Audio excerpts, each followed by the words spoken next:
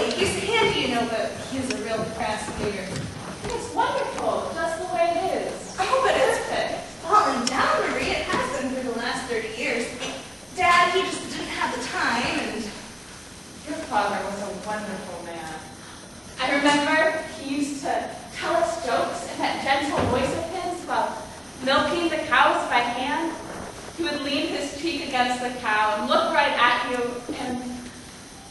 We were the last to get the machinery in about 1963. He was traditional. He was cheap. And he was so strong, remember?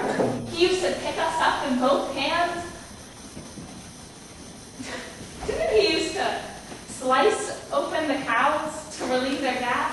When you mentioned on the tape, the cows being loaded with gas, I had this image of your father with a very sharp knife of slicing. Yes, we still do it in emergencies, Marie. You see, the poor things are in agony from the overeating, eh? Every spring it happens after the winter in the barn. They start gorging on the alfalfa. The gas will kill them, you know. Oh yeah, you have to know exactly where to slice, which stomach, and clean knife. What a wonderful family you are, Patsy. He has your eyes. Oh, he looks adorable. They should be coming back from the fair in Dundee soon if you can stay that long. I've been talking about you so much, and Rick's dying to see you again. Well. And I think Kevy might be coming home with a red ribbon for Blossom. She's the jersey we gave him for his 4-H. He's done really well with her. You'll like Kevin. He's the image of my father. And Ryan is shy, you know, reserved, but he is the funniest, I'm serious, the wittiest boy. He would do very well in the stand-up comedy. I'm sorry. I really should be off by 5 or so. Oh, right, you're big gala in Montreal. I forgot. I would absolutely love to stay and meet your family. I never enjoy these sorts of events, but it's kind of in my honor. Stupid thing to forget. No, it's just, well... So what time did you say you need to be there by? Oh, if I'm there by 9 or so, it should be fine. Well, it's a good 4 hours, so if I were you, I'd leave by 5 o'clock, but then I always like to be punctual. Now you were late for everything. Always mark target on your report cards, remember? Are you still that way? Well, it's really too bad you won't meet the boys. Yes, I would really love to, sometime. Maybe on the way back. Sure. Yes, maybe. Well... Oh, there's my cookies. Smells wonderful. Well, you know what that is, eh? Where do you come from anyways? Detroit. In the States? You come from the States? Oh my gosh, I love the States. The States is fancy. No, like we're from here. My dad, he grew up here. But then they lost the farm because our well ran dry. So we went to work, making cars in Detroit like his cousins. But he hurt his back and my grandma took a stroke. So we come back, that's all. He's working as a hand over at Penny's Cattle Ranch in the Tweed. But he grew up here. We're from here. So, what's it like in the States? Is it really fun? There are chocolate bars and feathers. Really? What's your favorite? Zagna. Zagna? Cool. Zagnut.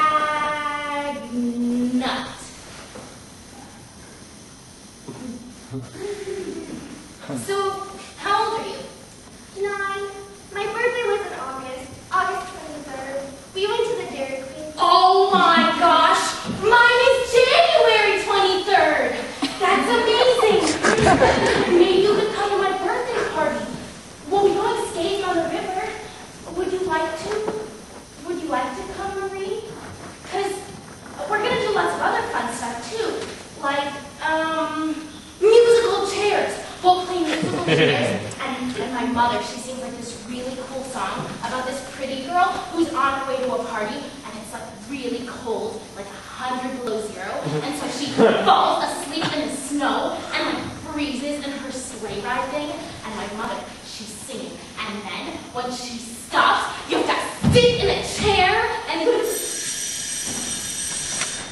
Come drop cookie. Your favorite. Every time you walk in the house, does your mom make those drop cookies? Do you think I could have 1 or 2 or 3 and you would take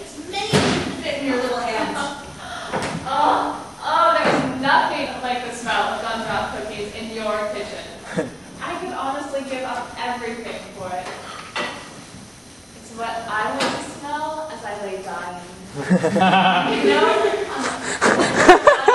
nursing home, or a wet field after a lightning storm. I remember your mother used to let us canter the gumdrops to rest in the cookie batter. I'd like a yellow drop now, please, she would say. Poor Mom. After Dad passed away, she was dead within 16 months, cancer of the kidneys. She used to lie on that divan there all day. It was my grandmother's. Yeah, I remember it. Dark green bile coming out of her mouth, Marie, and the morphine didn't touch that pain. It was like hyena dogs eating her body, eating her alive. Night after night, day after day, and there's nothing we can do about it. Well, one day, the pain seems to have subsided, and we're feeling kind of hopeful. We're all sitting in her hospital room, except for Wayne and Roger, of course, eating her chocolates, reading the paper, kind of changing the water in her faces, thinking how rancid that smells when she takes like a convulsion, like her face like twists like rubber and her body goes rigid. And I start screaming, Marie.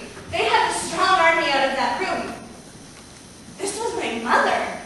And I kneel down in the waiting room and I start to pray. I pray to God so hard my face goes purple. Because I always believed in the power of prayer, and so I was sure that she'd make it through. I felt the presence of God. I felt his breath on my face. And people are running in and out, and then my Aunt Nancy, she's standing there with a line down her face and her black coat over her arm, and I think she's going to say, Mom is fine, she's okay, and we're going to take her home. And I thought, thank you, God. Thank you for this. And then I saw her face. Her eyes like these large black holes, and then I knew I was stupid, simple to think that she'd ever make it out of there alive. See, I will not forget I carved you in the palm of my hand. That's what the minister said at her funeral. I liked that. I liked that very much.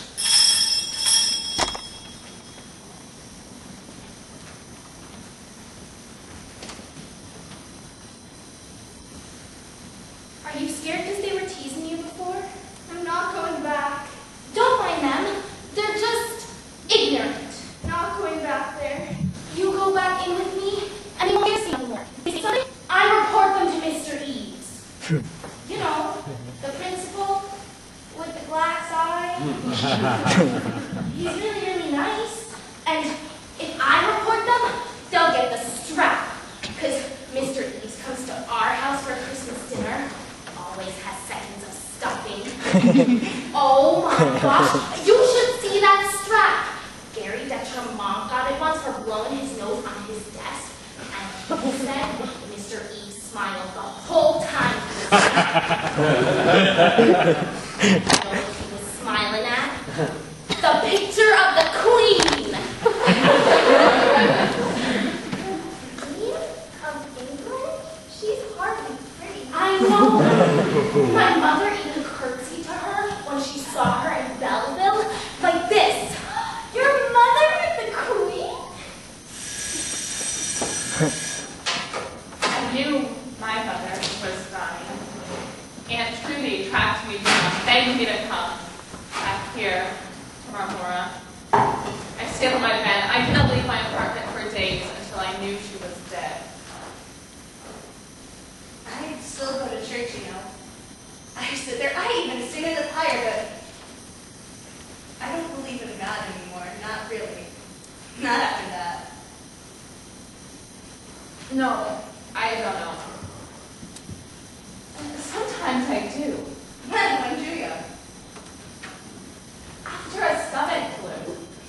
You know that moment when you've been sitting up all night in bed with the pain, running to the bathroom, throwing up bile, passing out while you throw up, drinking almost an entire bottle of antacid and endless cups of hot water, and just trying to bear it. And just when I think I really cannot stand another minute, when I think I'll just decompose with the pain lifts. And that's when I believe in God again. Oh, to me that's just devil play with you. Because you know, that stomach Oh no. And then it'll go on like that for months and months till you die, right? Oh no. Stomach flu's just a preview. Judith, you haven't changed at all. No, I'm exactly the same. All the other things different. Like you. Hey, go on. Have a cookie, gorgeous. Thank you.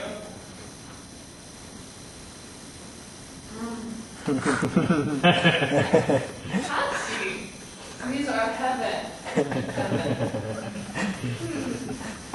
You talk so different. Then you did. That's to be expected, of course, but... Sorry, am I sounding very... I'm listening for Marie, right? And have you heard her yet? In the undertow.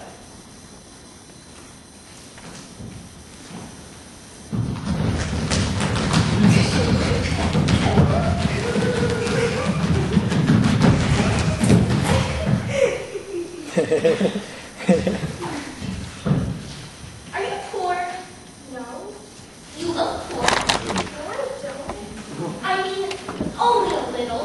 Just the scabs on your legs. I like your dress. I like the zipper. Is that what's in style? In the States? You remember my brother Wayne, right? What a sweet kid he was? He comes from my mom's funeral with a town whore on his arm. You have a town whore? She is very loose. And what does she have on her dirty little neck? But my mother's cultured pearl necklace. Yeah, I remember that necklace. He just went into the house and went into her room and put my mother's pearls around this little whore's neck. I don't know what he was trying to pull. Well, coming to your mother's funeral with a town whore is better than not coming at all. Maybe you just weren't ready for this place. Didn't dare to look back, like, afraid you'd turn to stone like, what's her name in the Greek mythology. That's what I've been telling myself anyway about you all these years.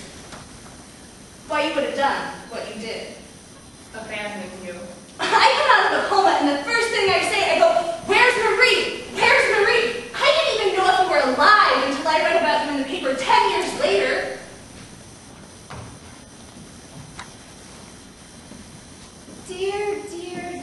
Dearest friend Patsy, I am sending you this letter by thought because I do not want to contaminate you with my scabby voice or my messy handwriting.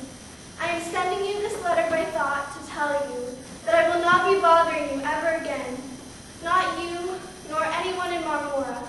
So fear not, my friend. You will not even see my shadow again. I know that it is not possible that you will ever accept my apology. So I say that I am sorry for the train, with no expectation that you will forgive me, for what I did was unforgivable. I will love and cherish you, always and forever, until the very end of time, which has no end anyways. Anyone knows that. Love, your very best friend, soon to be someone else altogether, Marie. I didn't send you letters. I thought. I prayed for you, thinking you were dead or being tortured somewhere, sitting in calculus, feeding the chickens, laying in my bed at night. I prayed for you. I stayed in Buffalo for 6 months, living on the street with a group of hippies, talking acid and smoking hash. And then in Albany, I remember being at a boyfriend in Albany, an older guy in his 30s. You know, he was the manager of the pizzeria I worked in. And he said I could call anywhere I wanted. And I dialed your number, but I hung up before it rang. I took that about 20 times. Your mother wouldn't open the door for me.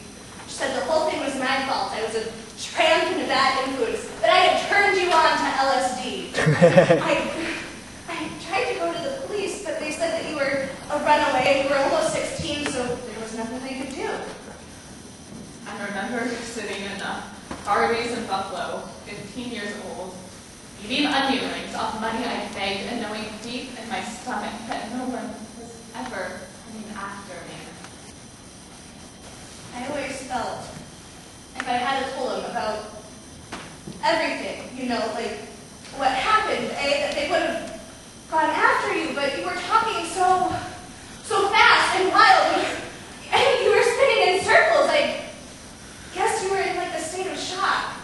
what you had, or, oh my gosh, you don't want to talk about it. I'm sorry.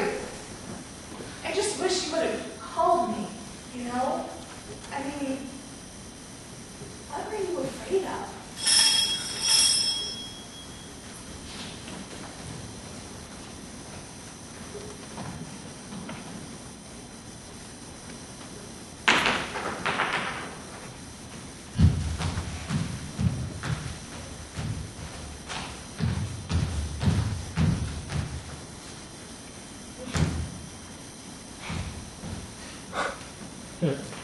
Are you on welfare? No. Are you sure? Yes, who told you that? Patty Haggerty. She's full of shit. What? I'm telling. Why? You said the F word. That's not the F word. I told them it wasn't a nice thing to say. If you can't say anything nice, don't say anything at all. That's what my mother always says. I am not on welfare. I believe you. It's nice that you can keep the house, that your mother left it to you. It's been in the family since 1816. 1816? Over 180 years. From 8 full generations, eh? Wayne and Roger, they were very upset when she left the house to me. We were going to take it to court, and I said to them, I said, listen, it's us who looked after her, who've been on call for the last 24 hours for the last year. Me and Rick and Teddy and Ryan. While you two were busy with your sports bar and UC, it was me who held her while she was dying, who gave her sponge baths daily, who changed her bedpan. They couldn't even come for the last week, the final week of the woman's life. I called them and I said, listen, she's dying and she's been asking for you. Oh no, they were too busy putting in the wide screens in that sports bar. Well, in that last week, Marie, she was so very weak that she would sit up every now and then, straight up and stare at the door with these wide, expectant eyes, expecting her sons, and so I had to tell her they were on their way. They just called and said they were on their way, hon. That's what I said. I told her they were coming, so at least she died thinking her sons were on their way. I bet my mother did that for me. Looked out the door, her one blue eye and her one brown eye. She used to cry, you know, when she was drinking. Say she was no good to me. She also used to knock you to the floor when she didn't like the look on your face. Well, go on, have another. Lunch will be a little while.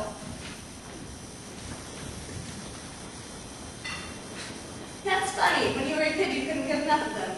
I had a sweet tooth. What? Every chance you had, you'd be down at Becky's getting your Tootsie Roll Pops. Do you remember Becky's, the cat with the infected eye walking all over the candy? And you never saw Becky, only her daughters. She had 7 daughters, remember?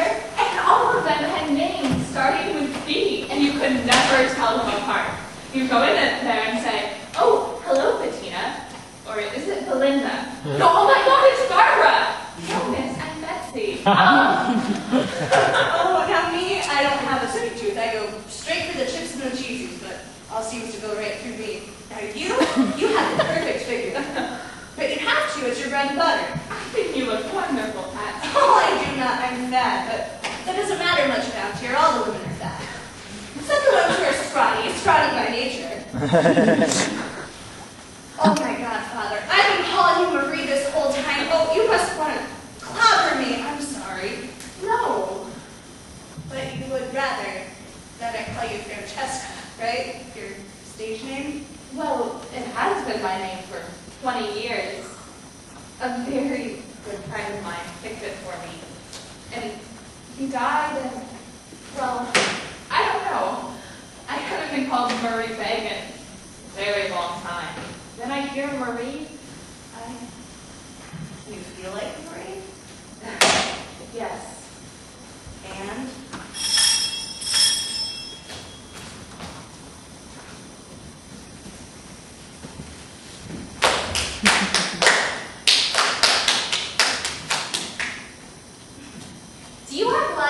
No. Yes, you do. No, I don't.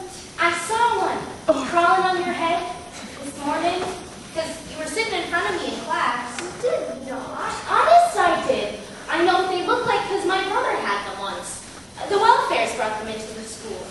I do not have lice. I could show you a special way to get rid of them. Then they would all be gone. My mother won't buy the shampoo. She says they're not lice, they're bed bugs. That's okay, Marie. Don't you worry about a thing. I'll get rid of them for you. I know this really special way. What's that? I'll show you. You just come with me after school, okay? You just come to my house and I'll get rid of every single lice on your head. Okay? You just come with me after school. Okay. Okay.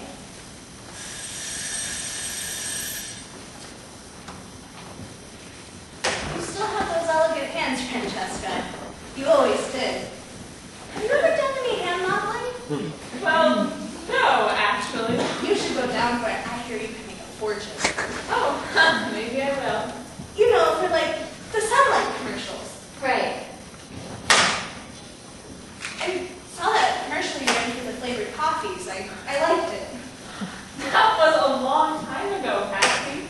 I haven't done a commercial for over 15 years. Oh, why is that? Well, it's not very gratifying work. Looks like easy money to me. Oh, well, yes it is.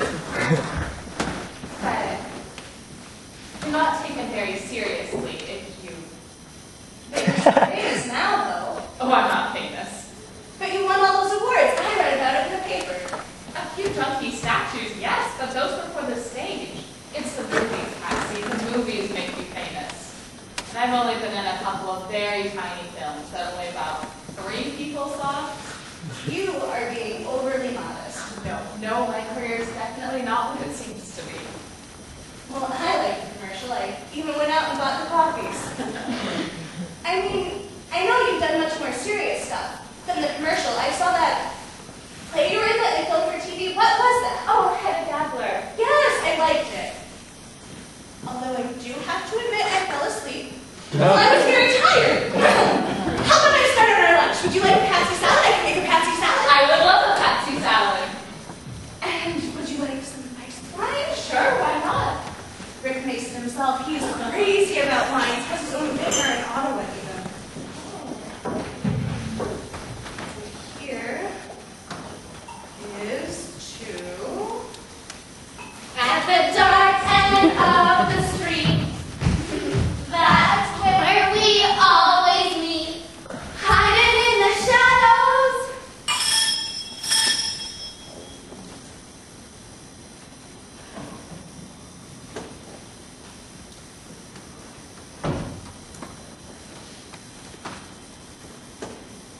$79.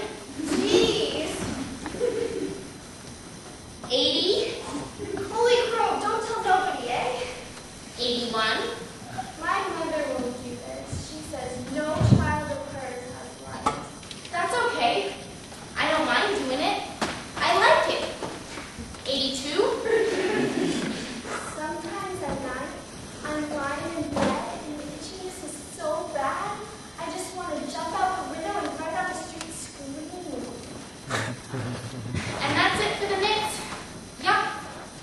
Looks pretty good. Now, close your eyes real tight. Wait, what are you doing? What is that? Shh. It's margarine. It suffocates them. Are you going to get in trouble for taking a margarine? Nope. Are you sure this is what you do? Yup. Is it going to feel yucky? No. Am I going to look stupid? No. How long do I have to let it in for? Just till tomorrow when we wake up. Then they'll all be dead. And then we comb them out. Oh, the smell! And you'll never have them again. Never? Never. Never. So, I've been dying to ask you, I hope you won't think I'm nosy, but those magazines say that you've been married for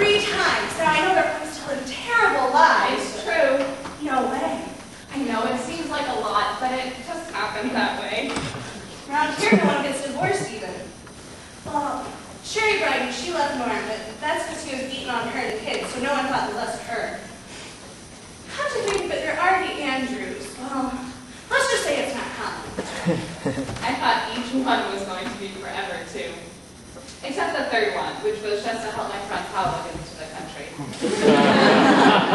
That's interesting. I thought they were each going to be forever. Hey, once a Catholic, always a Catholic. For the first, Douglas, we were so young. We lived a crazy downtown existence, living off mocha cake and jumbo martinis, running out of restaurants without paying, making terrible scenes in the dance clubs, slapping people in the face, stealing lingerie from Holt Renfrew, and then being chased down Yonge Street by security, and then hiding in the bathroom of Pahaya Hut, gossiping viciously about everybody, spreading rumors, destroying reputations. It was a lot of fun. So what happened? Oh, nothing. He turned out to be gay, and I was back to school.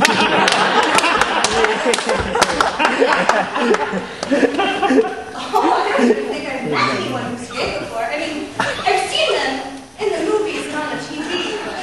You're Patsy. Oh, no, there's no one gay in Marmora. I would know if there were. Well, people can be secretive when they know they will be hated. After all, no one wants to be another Marie Begg. You weren't hated. Yes, I was. I mean, it wasn't personal. You were just the scapegoat because you were arty. I've often wondered if it still bothers you ever when you think of it, how you were treated here as a kid.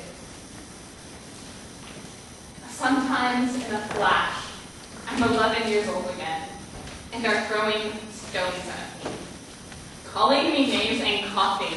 Remember they used to cough when they saw me? Ignorant dogs. My bad days, I think it was something in me. Something they detected, you know? Something that is still there. There was a reason they picked on me and not, say, Darlene Rowan, who was also poor. Because Darlene, she knew her place. She didn't raise her head. So, I walked out of my penthouse on the 20th floor, feeling this big kind of dirty, yellow stain all over me. The Marie Begg stain. I go to dinner parties, openings, book launches, and I feel people are avoiding the stain. When I do talk to people, I feel them wanting to get away from the stain. I see their eyes wandering all over the room, and I hear them whispering. And then I think I hear them coughing, and they are coughing about me. And then again, I am the girl with the running sores and the scabby legs, and the lice and the dark circles and the crooked teeth. I'm Marie Begg with the stain. You look pretty clean to me if it's any comfort. You know, it's funny. Sometimes I stand backstage and I conjure their faces, you know? And I'm filled with a kind of electric energy. And I go out like a lightning bolt. I guess it's revenge. I take my revenge on the stage somehow. Where are all those people? Are they still around?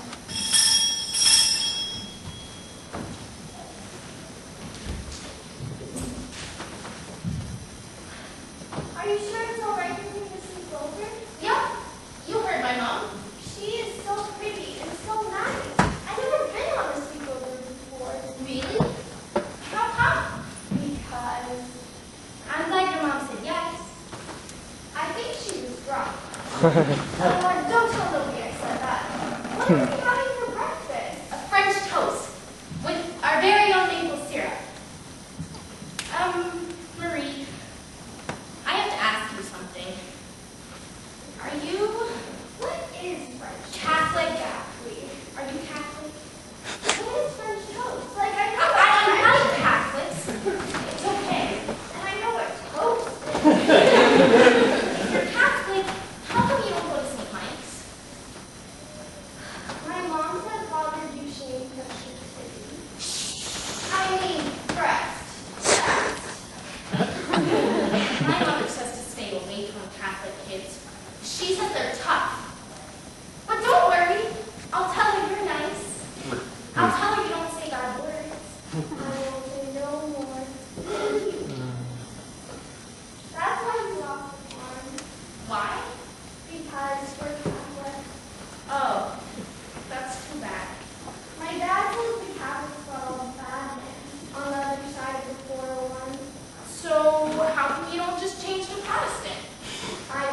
You know why? Because when my grandma was lying on the bed dying and she held onto my hand so tight I couldn't even let go, her last words to me were, "Keep the faith." Her eyes rolled down to her head. Ew! I know. So, number one was that way. How about the next husband? Oh, Paul. Handsome Paul. We met at McGill.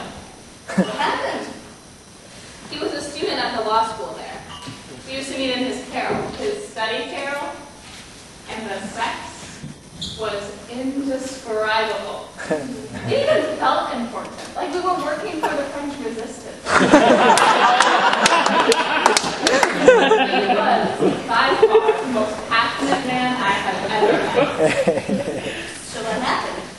And as soon as we were married, the very day we were married, he started to raise his voice, yell at me. No way. Just bellowed about anything. A sock left on the floor, my dress being improper, my kissing too hungry.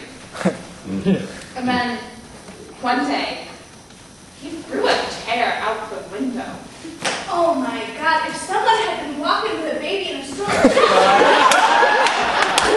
Exactly what I told him.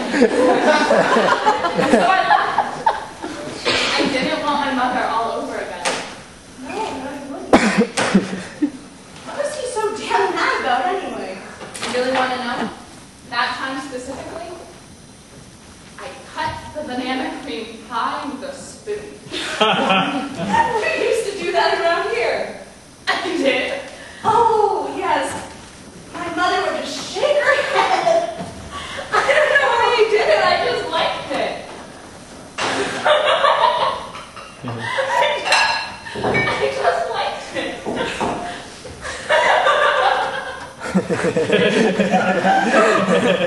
I still do. But, I realized something when I did that. He saw Marie. Because that is something Marie would do, not Francesca.